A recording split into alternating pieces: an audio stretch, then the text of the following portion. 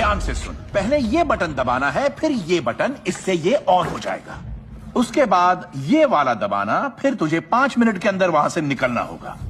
अब सुन, चाहे कुछ भी हो जाए, ये बटन मत दबाना, वरना बॉम्ब उसी वक्त फट जाएगा और हम सब मारे जाएंगे। चल, अब बता मैंने तुझे क्या क्या समझाया। I am Groot. हाँ, I am Groot. बिल्कुल ठीक। I am Groot. नहीं, ये वाला बटन दबा के सबकी जान लेगा क्या? फिर से कोशिश कर। I am Groot.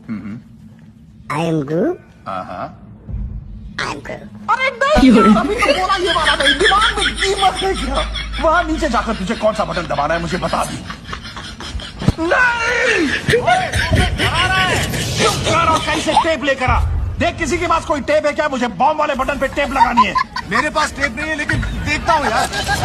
अरे डोडू, देखना तेरे पास